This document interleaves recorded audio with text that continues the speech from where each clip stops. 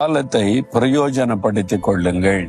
அப்படின்னா என்ன அர்த்தம்? நேரத்தெல்லாம் வீணாக்காதங்க, நேரத்தை பிரயோஜனப்படுத்திக் கொள்ளுங்க. டைம் போனா வராது. ஒரு நாள் போயிட்டேன்னா திரும்ப அந்த நாளை பெற முடியும்னு நினைக்கிறீங்க? முடியாது. இந்த நேரத்தை வீணாக்காதபடி பிரயோஜனப்படுத்திக் கொள்ளுங்கள். இந்த நாள்ல என்னெல்லாம் செய்ய போறீங்க யோசித்து பாருங்க. உங்கள்ட்ட ஏதாவது பிளான் இருக்கா?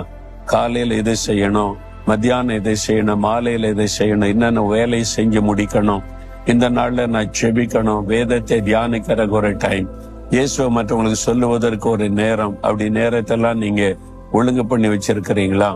நிறைய பேருக்கு ஒரு நாளை எப்படி பயன்படுத்துறதுன்னே தெரியாது.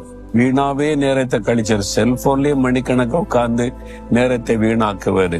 சும்மா உட்கார்ந்து பேசி காலத்தை போக்குவாரு, நேரத்தை வீணாக்குவாரு. ஆனா ஆண்டவர் சொல்லுகிறார், காலத்தை வீணாக்க கூடாது, உடைய காலத்தை குறித்து கவனமா இருக்கணும்னு சொல்லி.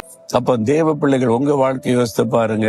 உங்களுடைய நேரத்தை நீங்கள் வீணாக்கினால் அது ஒரு பாவம் என்பதை உணர வேண்டும். நேரத்தை திட்டமிட்டு கரெக்டாக செயல்படுத்த வேண்டும். ஜெபிக்கிறதுக்கான நேரத்தை ஒதுக்கணும், வேதத்தை தியானிக்க நேரம் ஒதுக்கணும், குடும்பத்துக்கான நேரத்தை ஒதுக்கணும், உடைய ஃபேமிலி பிள்ளைகளுக்கு கொடுக்க வேண்டிய நேரம் கொடுக்கணும், பிசினஸுக்கு வேலைக்கு கொடுக்க வேண்டிய நேரம் கொடுக்கணும், ஊழியத்திற்கு கொடுக்க வேண்டிய நேரம், இயேசுவை மற்றவங்களுக்கு அறிவிப்பதற்கு நேரம். நேரத்தை நீங்க திட்டமிட்டு கரெக்டா நீங்க செயல்படுத்தினா நீங்க சந்தோஷமா இருப்பீங்க, ஆசீர்வாதமா இருப்பீங்க.